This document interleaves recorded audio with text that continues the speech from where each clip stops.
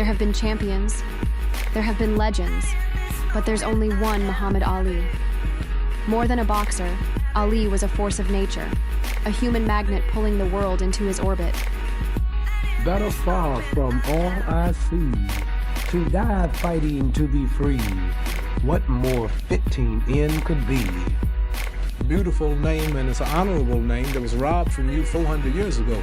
And Muhammad means one who's worthy of all praises and one who's praiseworthy. And Ali means the Most High. But clay only meant dirt with no ingredients, see? I'm Muhammad Ali. I'm a black man. It's the name of our history, our ancestry. So now it's an honor, once coming into the knowledge of self, to be called by my own name. How would a Russian look named George Washington? Huh? And he's still white. Well, how do you look named George Washington? Black as coal. So now I'm free. So I love Muhammad Ali. It's my name. It's connected me with all my brothers. I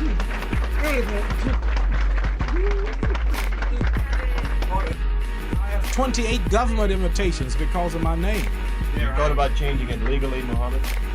Legally? How's that? Who would I have to face? The judge. The judge is what color? I don't know. He's white. Probably. So in other words, I'd have to ask a white man, may I call myself Muhammad Ali boss? So why did people gravitate to him? Why did he become more than just a sports star?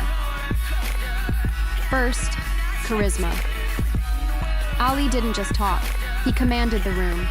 His words danced like his fists, sharp, playful, impossible to ignore. Float like a butterfly, sting like a bee. He made people listen, and when he spoke, it wasn't just trash talk. It was poetry, theater, a show only he could star in.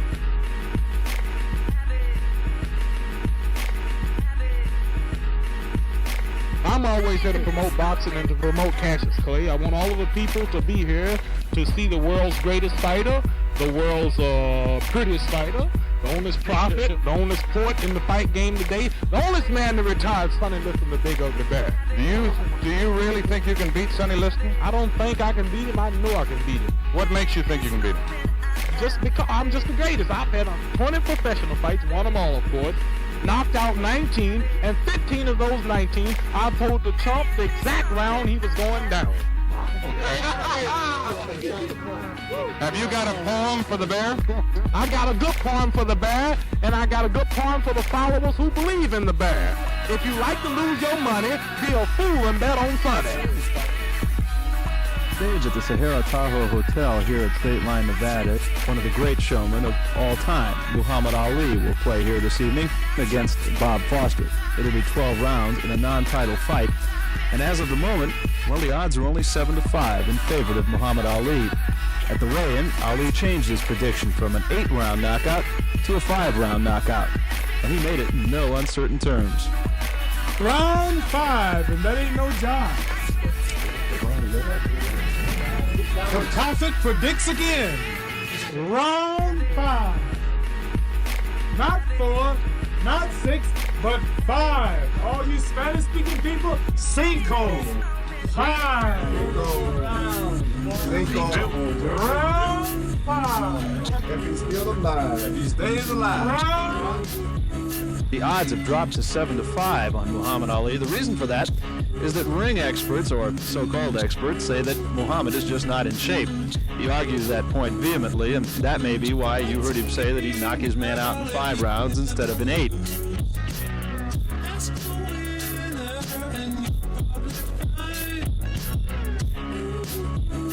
Authenticity. Ali was unapologetically himself. Whether standing up for his beliefs or standing up in the ring, he never wore a mask.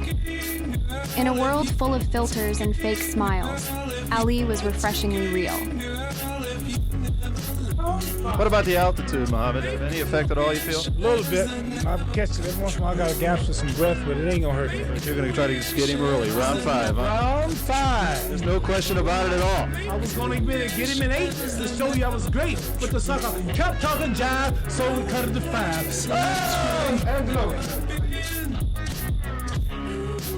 Glad to be part of the struggle and being a world figure involved. satisfaction I get is laughing because you figured that was it. Huh?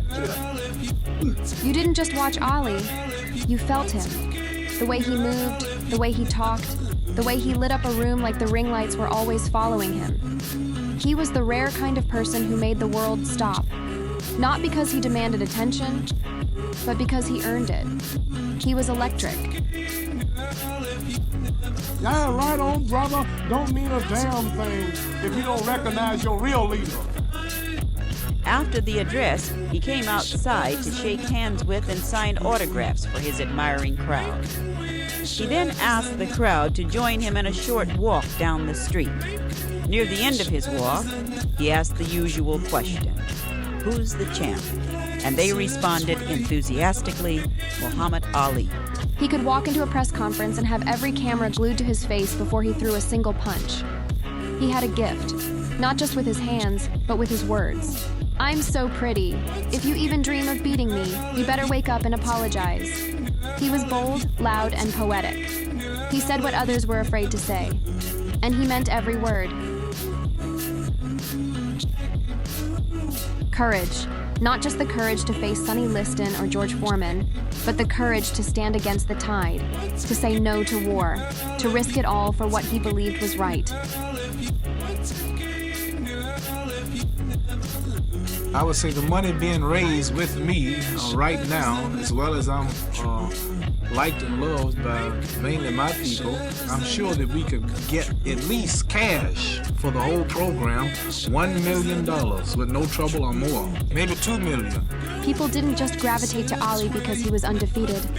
They gravitated to him because he was unafraid. When the world told him to stay quiet, he spoke louder.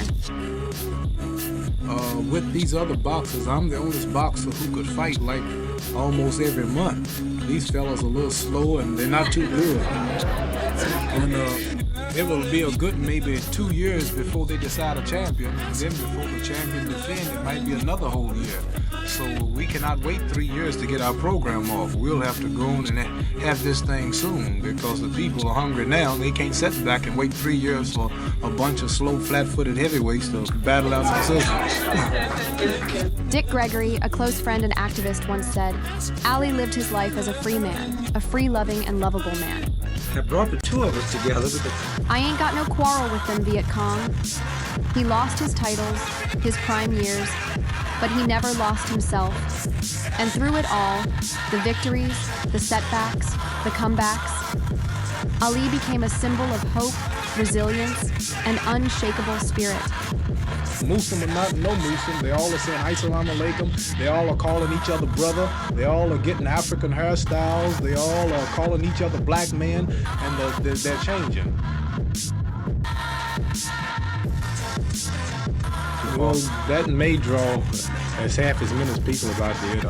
Is there any contender right now who might give you a good show?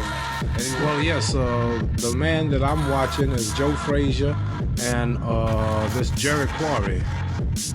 And Thad Spencer's getting pretty sharp. When they told him to fall in line, he stood his ground. When they took away his belts, his livelihood, his prime, he stood taller than ever. That takes more than confidence. That takes conviction. Ali wasn't just fighting opponents. He was fighting systems, fighting injustice, fighting for a voice louder than any bell in the ring. And through all the controversy, the headlines, the doubters, people saw something real.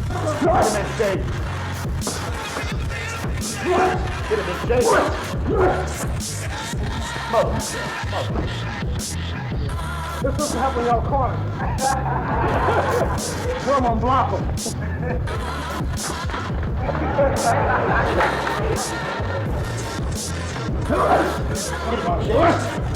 The world didn't just admire Muhammad Ali because he was the greatest boxer. They loved him because he showed us something greater. What it looks like when a person refuses to be anything less than who they are meant to be. I am the greatest. And the truth is, he was. And I will punch him at will. I will beat him so clear that it'll be so plain to the world to see that he's not in my class and that he was only a shadow of a true champion. You said before that you never plan any strategy before you get in the ring, that you do it once you get in there. Is it the same for this The fight? only thing I plan to do this time is to be serious. No clowning, no landing the ropes, no talking, no joking. Just serious. Winning every round, plainly, decisively, and looking for knockout. I'm going to hit him with the same punches I hit George Foreman with. To see who the man is from America is Muhammad Ali. And that's because just the way I'm talking now. And not talking but doing it. Not just talking but get the money and go do it the next day. He showed us that greatness isn't just about winning. It's about standing for something when it would be easier to sit down. It's about knowing who you are and refusing to be anything less.